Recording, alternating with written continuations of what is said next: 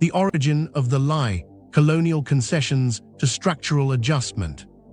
To understand why contracts outran common sense, we need to go back to the decade when the grid's shape was decided before the nations.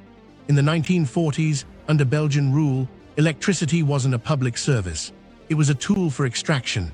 Power flowed where ore moved. Rails ran to ports, substations hugged mines, and rural Congo stayed dark because darkness didn't slow exports.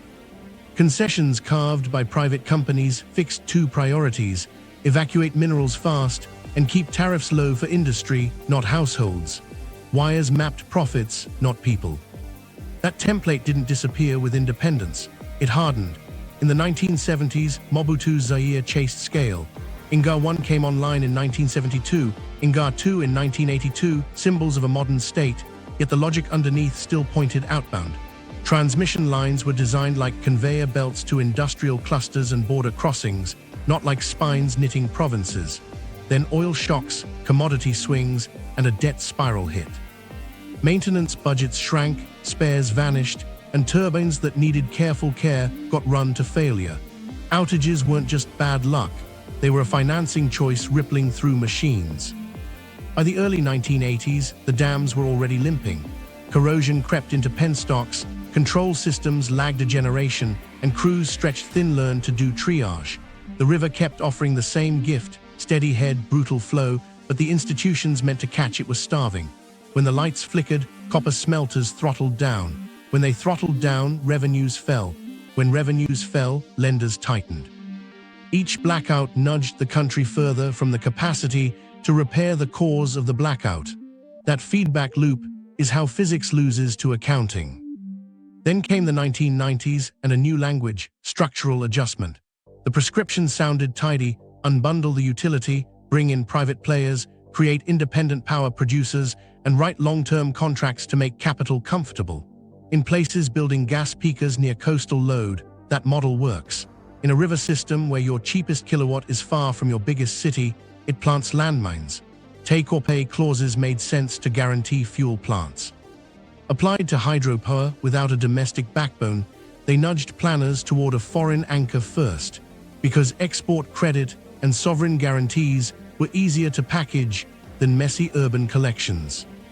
This was the moment everything changed on paper but not in practice.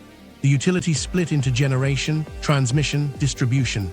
Tariff reform was promised, then deferred. Private consortia appeared, then stalled. Meanwhile, the country slid into conflict. War didn't just destroy lines, it destroyed demand. Factories closed, households couldn't pay, and the load profile that would make a dam bankable withered. Lenders saw a graph with falling peak demand and rising risk, and the spreadsheet said, wait, you can't finance supply into a vacuum. Here's the deeper root cause that keeps echoing in boardrooms today. The institutions built in the 194s were never meant to build a nation of ratepayers. They were meant to export value. The 197s tried to graft national ambition onto that skeleton without changing where the bones pointed. The 198s starved the muscles. The 199s rewired the nerves to answer to contracts first, citizens second. So when someone says, Grand Inga keeps stalling, that's not just delay, it's design. The river is simple. The system around it was optimized to send electrons outward and keep accountability offshore. One detail from that era matters more than any glossy rendering. Transmission, not generation, is the choke point. You can install turbines, you can even get them spinning. But if your high-voltage path to load is a single congested artery or an unbuilt promise across 3 borders, your megawatts are stranded value. That's why every feasibility study that treats lines as a footnote ends up becoming another footnote. The colonial grid made the wire an afterthought because the buyer was obvious: the mine, the smelter, the port. A public grid flips that logic. It asks harder questions: who pays first, who gets cut last, how do you collect? Meanwhile, IPP contracts imported in the 199s carried legal steel. Stabilization clauses froze policy in amber, sometimes for decades. Arbitration venues sat in cities far from Kinshasa. Step-in rights let lenders seize and sell assets if milestones slipped. Those safeguards calm investors, but when the public side is weak, they also let delay metastasize. Miss one condition precedent on a transmission link, and your generation PPA clock keeps ticking. Penalties accrue while the line you need sits in procurement. Delay becomes billable. Unknown to many outside the negotiation rooms, wartime demand destruction turned risk models upside down. With loads suppressed, cash flows collapsed, and the only credible off-taker looked like a utility in the south with a better balance sheet. So planners wrote Inga around an export anchor, telling themselves domestic capacity could be added later. Later never arrived, because each tranche of financing reinforced the same path: power south, paper north, patience east and west. Every year this persisted. Diesel dug deeper into hospitals and mines, building a constituency for scarcity. While that was happening, civil service capacity thinned. Veteran operators retired, training pipelines broke. Suppliers grew used to being paid late. Spare parts waited at ports for letters of credit that never cleared. The dam's technical problems were solvable. The governance problems were cumulative. The longer you defer the unglamorous work of metering, collections, and maintenance, the more heroic your next grand plan must sound. Grand sells, wrenches fix. One keeps getting funded. The other keeps the lights on. So when the modern pitch decks declare 44,000 megawatts over twice 3 gorges, the river nods. It's possible. But the past is still sitting in the room, whispering the operational terms. Write contracts that reward delivered kilowatt-hours to Congolese customers first. Fund the spine before the spokes. Make transmission the first milestone, not the afterthought. Otherwise the lie continues. Salvation on paper, delay in practice. The dam doesn't need a miracle. It needs a grid that wasn't built to send power away. The diesel empire, how blackouts became a business model. While contracts for a future river stacked up in binders, another grid took shape, one made of containers, fuel filters, and invoices. Emergency generation wasn't a stopgap. It became an industry. Start with the margins. A hospital generator sold on life-or-death reliability carries a premium. Parts are proprietary. Maintenance is bundled. When the city flickers, the vendor's phone rings first, not the utilities. That dependency is bankable for them. Unknown to most patients under fluorescent lights, the fuel that keeps those bulbs on is an entire logistics theater, one that thrives when the public grid fails. At the port, traders blend diesel, hedge cargoes, and pre-sell to distributors who know the blackout calendar better than the weather. Insurance premiums pad every step. Piracy, pilferage, road risk, folded neatly into the final price per kilowatt-hour. Convoys crawl inland with escort vehicles and a lot of paper. Chain of custody forms move almost as slowly as the trucks. At each waypoint, shrinkage is a line item. It isn't waste, it's a market. Then come the microgrids priced like luxury goods. A clinic can buy a turnkey system, inverter, batteries, a tidy genset, at finance terms that would shame a credit card. A telco tower pays triple the grid rate but gets uptime. A mine builds a private island of power behind its fence, metering every bolt but no longer caring if the city substation across the road is coughing. Each node works, the network doesn't. Fragmentation accumulates, and the public grid loses both customers and clout. Politically, this looks like competence. When a minister cuts a ribbon on a new set of shiny generators, the cameras catch a quick win. A ship arrives, photos of installations circulate, hospital wards buzz, but outage theater is costly. The budget that keeps fuel flowing this quarter doesn't fix a breaker that's been misspecified for 10 years. And once you prove you can buy your way through the next night becomes policy. Here's a human moment to make it plain. A nurse in Kasavubu checks the diesel gauge before she checks blood pressure. She knows the sound a tank makes at a quarter left. She's become a fuel manager because the system made her one. Across town, a pharmacist hears the generator sputter and rushes to move insulin to a neighbor's freezer, texting updates to worried families. Every errand costs minutes and money no one planned to spend. Meanwhile, the river thunders in the distance, indifferent. In mining hubs, the calculus is colder. A processing line loses millions when it stops. So a procurement chief builds redundancy, twin gensets, a container of spares, a contract for priority fuel delivery with penalties that bite. He pays for guaranteed uptime and then negotiates discounts from suppliers too small to refuse. The mine's balance sheet absorbs what the grid can't deliver. The grid then loses the tariff revenue that would have funded its own repair. It's a feedback that looks rational on every ledger and irrational as national policy. Cross borders, fuel import chains knit themselves into politics. A well-connected distributor sponsors a party conference. A port official smooths a delayed customs release. A rumor of a tax change spikes prices by Friday, and a Friday spike turns next Monday's hospital callouts into a scramble. In these moments, darkness is profitable. Scarcity prints invoices. And because everyone, from a school to a bank data center, has learned to plan for failure, failure pays.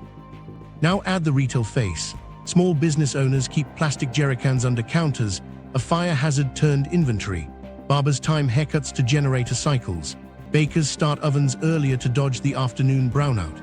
Each workaround is a quiet tax. Households that can't afford a genset buy candles and hope the neighbor with a line to a landlord's private transformer will share.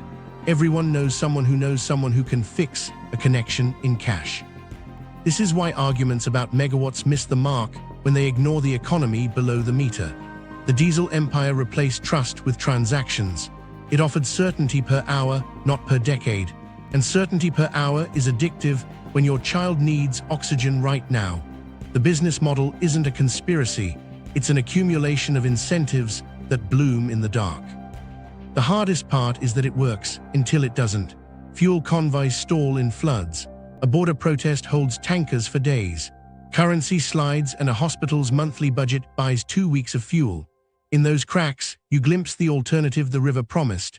Electrons without convoys, uptime without hazard pay, budgets spent on nurses and teachers, not nozzles and hoses. Meanwhile, global players packaged the diesel logic into glossy brochures called resilience. Rentals by the megawatt, mobile plants bridging the gap, flexible solutions that somehow never ended. They sold speed to leaders who needed a ribbon today and left the backbone for someday. And the longer this ran, the more it crowded out patient capital for wires and substations. A city learned to love the hum of engines that were, by design, more expensive than silence. While that was happening in clinics and mines, another kind of promise kept returning to conference halls with new renderings and the same missing line, the one that connects a roaring river to a lit room. Transmission mirage, the lines that never arrived. While the generator brochures promised resilience, the glossy Grand Inga decks promised lines, blue strokes across maps, arrowheads pointing south, HVDC corridors that would leap deserts, skirt conflict zones, and land clean electrons where appetite was largest. On paper, the wire looked inevitable. On the ground, it never arrived. Start with the Achilles heel nobody wanted to headline. Generation is dramatic, turbines spray megawatts. Transmission is trenchwork, wayleaves, pylons, easements, permits. Grand Inga's physics deliver baseload, but without lines, baseload is noise. The proposed spine ran thousands of kilometers, from the river's terraces through Angola's interior, across Namibia's drylands, into Zambia's copper roots, and down to South Africa's industrial lungs. Each border promised a treaty. Each treaty promised a delay. Corridor politics turned kilometers into calendars. Angola needed a route that didn't just transit electrons, but served its own towns.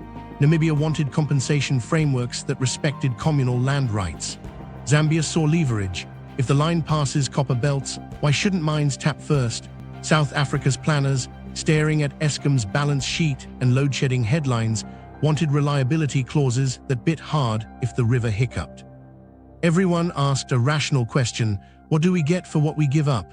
Rational questions, stacked end to end, stalled a decade. Now zoom into the 3,000-kilometer problem set. A straight line on a map is, in reality, a chain of contested spaces. Land titles overlap. Ancestral graves sit in the perfect pylon footprint. A community agrees to a corridor, then a change in leadership reopens the deal. Compensation must be fair, fast, and seen to be fair and fast. Security matters too.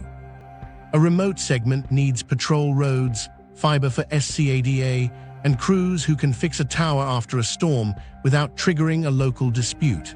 Every kilometer is an operating expense you cannot defer. The money math made things worse. Generators like dams carry one risk profile, wires carry another. Who pays for a conduit that benefits many but bills few? The imbalance kept killing term sheets. A dam developer pushed capex onto the transmission company. The transmission company looked to states for guarantees. States looked to off-takers for take-or-pay comfort. Off-takers wanted sovereign backstops upstream. The circle completed itself with no steel in the ground. Then came the anchor buyer problem. To make lenders comfortable, pitches leaned on South Africa as a baseload sink, creditworthy, thirsty, experienced at scale. But those same pitches sat uneasily with a truth we keep repeating. At home, DRC access hovered near 20%. The optics were brutal. Export first, electrify later. Communities near the river saw the pylons plan to pass them by. Politicians promised domestic first power and then tried to square it with an export-led PPA that made the numbers sing.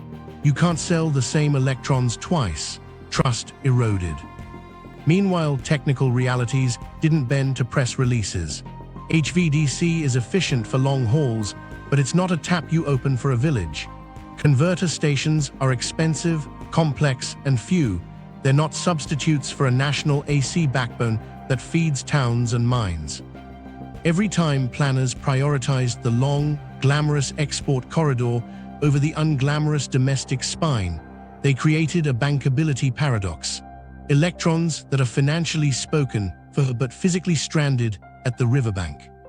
What nobody knew at the time, outside utilities who'd lived it, was how quickly a missing substation can weaponize a contract. A single delayed EPC package on the DC converter pushes the commissioning window. Insurance premiums tick up on rumor. Arbitration clocks start. Meanwhile, the river keeps flowing, the turbines you did fund stand ready, and the lights in Kinshasa still flicker. On paper, progress. In reality, no electrons cross the border and few reach the neighborhood. There were attempts to shortcut the mirage. Route variants jogged to friendlier provinces. Hybrid proposals split capacity, part domestic AC upgrades, part export DC trunk. Development banks wrote frameworks promising stakeholder engagement and resettlement done right. Good ideas, until currency slid and budget cycles clipped ambitions. A 1,000-page safeguard plan can't pour a single foundation if the cash drawer is blocked. Here's where the human thread returns. A farmer watches surveyors pace her field, plant a flag, then vanish for a year. She holds off planting trees, expecting compensation that never clears. That hesitation costs a season. Across the border, a provincial governor touts jobs from Tower Assembly, then calls the capital when bids stall. His credibility spends down while procurement rewrites itself. In cities, the utilities' social license thins. Announcements rise, amperage doesn't. While that was happening in Angola and Namibia, something else crept in across town in Kinshasa. Because the export corridor wasn't real, ministries tilted back to stopgaps that were. Diesel filled the silence. Private wires sprouted between an industrial park and a friendly substation. Each workaround reduced the urgency to face the pylon problem. The mirage didn't just fail to deliver power, it absorbed attention, time, and political space. The fix isn't romantic. Spine before spokes. Build the DRC's national high-voltage backbone, node by node, with substations that feed real customers first, because electrons in meters beat arrows on slides every time.